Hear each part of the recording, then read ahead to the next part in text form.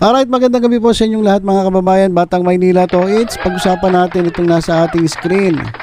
Yan mga kababayan, pamaskong handog.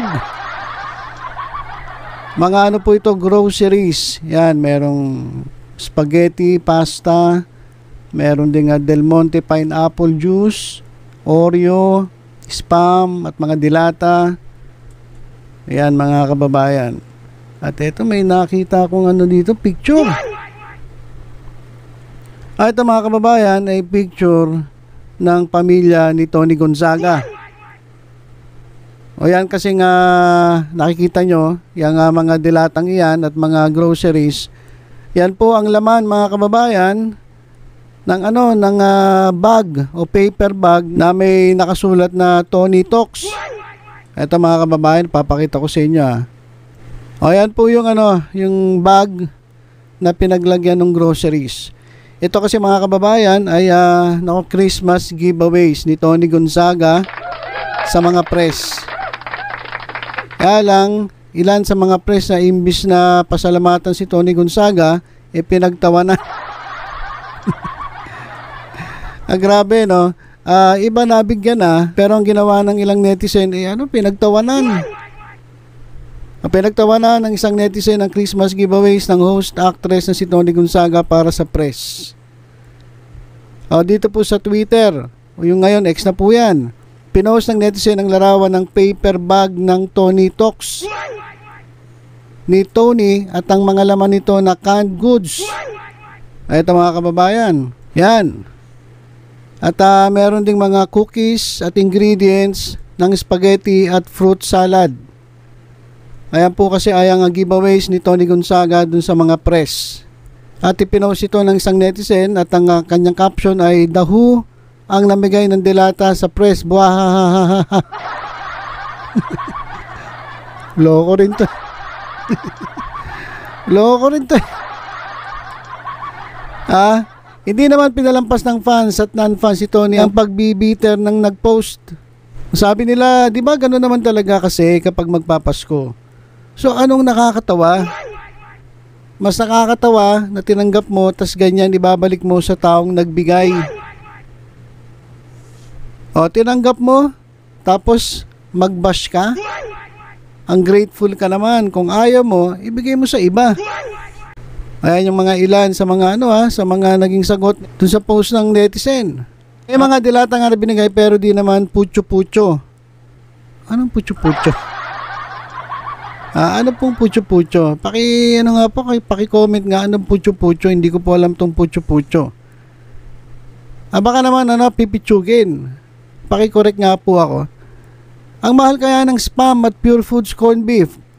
Nakaka-happy kaya makatanggap ng ganito sa Pasko. Madaming gutom yan sa kalsada, iabot mo sa kanila. Yun yung sagot ng ng mga hindi sumasang-ayon dito sa sinabi nung nag-post.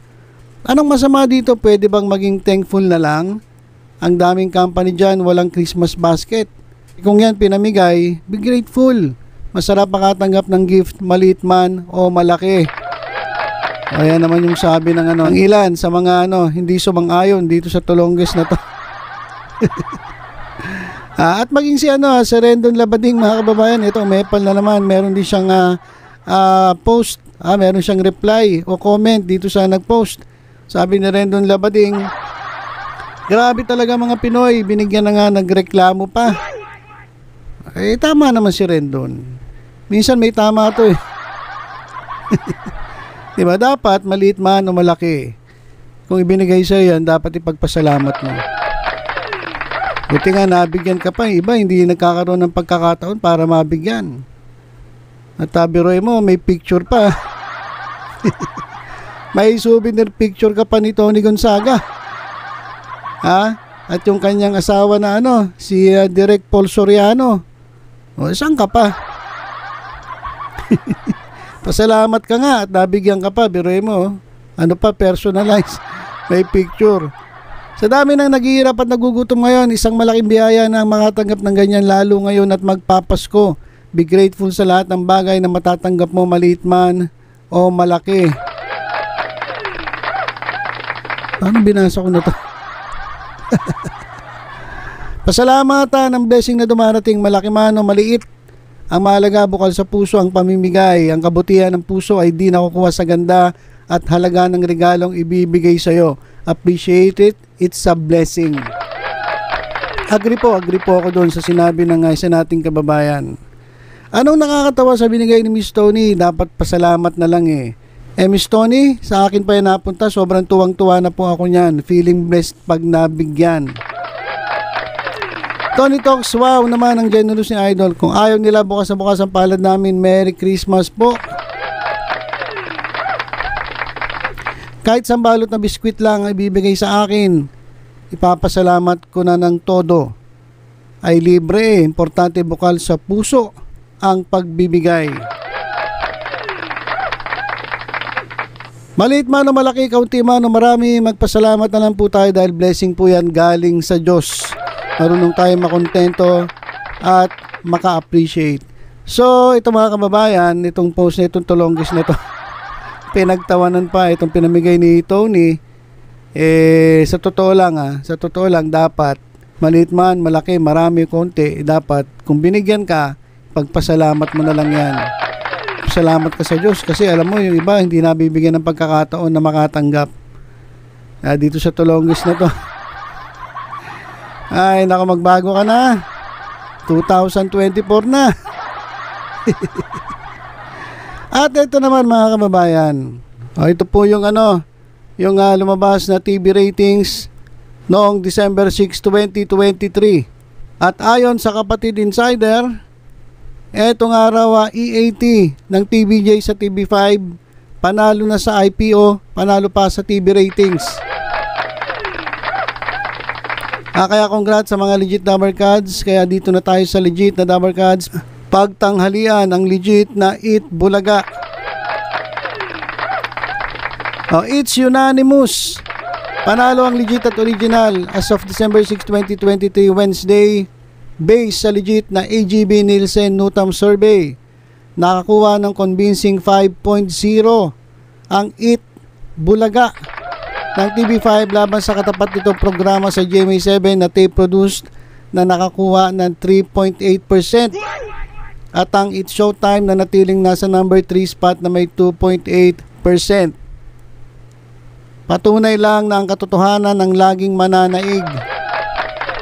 The real Eat Bulaga is TVJ. TVJ is Eat Bulaga and always the best. Mula sa Eto ang True, maraming salamat sa mga legit Dabarkads 14344. Kaya tutok na mula Batanes hanggang Hulo. Dito na tayo sa tunay na EAT Bulaga sa Happy Network TV5. Ayan, kung babasahin natin yung mga comments dito, panay congratulations.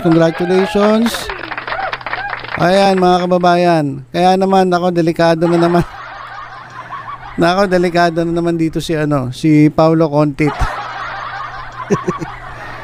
Kasi alam ninyo, ito si Paulo Contis, siya ang pinaka-leader diyan sa kabila, diyan sa generic. Siya pinaka-leader diyan hindi naman si Yorme. Si Yorme kasi sumama lang diyan kasi syempre kaibigan niya yung mga halusos. At kung mapapansin niyo, doon lang siya sa Gedli. Bibihira siya pumront diyan. At kapag may mga issue na dapat pag-usapan, ang nagsasalita diyan, etong kanilang spokesperson, si Paulo Contit. Kasi siya ang spokesperson. Siya ang abogado.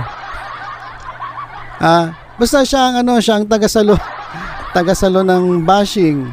Siya din ang taga-banat sa mga kalaban. So, si Paulo Contis talagang ang leader. Kung baka sa sindikato, leader sindikato yan. Kaya ito nga nung nakaraan, di ba nabalitaan natin na sinabon. Etong si Paulo Contis, dahil puro yabang na imbis na ang asikasuhin niya ay pataasin ang ratings ng kanilang programa, pagtulong-tulungan nila ng mga iba pang host, nangyayari wala puro pagyayabang puro pagpapakyut kaya nagalit na tuloy itong kanilang mga boss. Kaya sabi, kinakailangan mapataas ninyo ang ratings dahil kung hindi, sabi rin ng GMA, kung hindi nyo gagawin yan, mapipilitan kaming i-terminate yung inyong kontrata. O ayon naman yan dun sa sa narinig natin na vlog ng isa nating kapwa YouTube channel. So nako, eto malaking dagok na naman ito kay Paulo Contit. Kasi imbis na tumaas ang kanilang ratings, pababa ng pababa. Ayan mga kababayan, ang layo na naman ng agwat eh. EAT Bulaga, ilan? 5.0. Eto naman Tape Bulaga, 3.8. Pero yun yan. Kaya lagot ka. Yari ka na naman, Paulo. Yari ka na naman sigurado sa mga bus mo. Maghanda ka na ng isasagot. Bakit ganyan? Bakit ganyan? Imbis na tumaas, nako, hindi kayo makaporma dito sa sa EAT ng TVJ sa TV5. Talo na kayo sa IPO Philippines. Talo na sa trademark. Pagdating ba naman sa ratings, talo pa rin. TV ratings ng mga kababayan Nielsen paano na lang sa online? Nako, di mas lalo na. Ilan ba nanonood sa kanila sa online? Pag isama mo na yung kapuso nila, 3,000. Mataas na yung 3,000. Pagdating naman dito sa EAT at sa TV5, sa TVJ, ilan? Umaabot na 80,000, 100,000. So yari ka na naman, Paulo Contis. Magpapaliwanag ka na naman dyan sa mga bossing mo dyan. So yun lang muna mga kababayan ng ating update dito po sa sa tuloy-tuloy na pamamayagpag ng TVJ. Ito po nga original na 8 Bulaga dyan po sa TV5. Kaya lagi po kayong tumutok dito sa Batang Maynila Toys para updated po kayo, para hindi po kayo nahuhuli sa istorya. Hindi po kayo nahuhuli sa balita. So ingat po tayong lahat. God bless.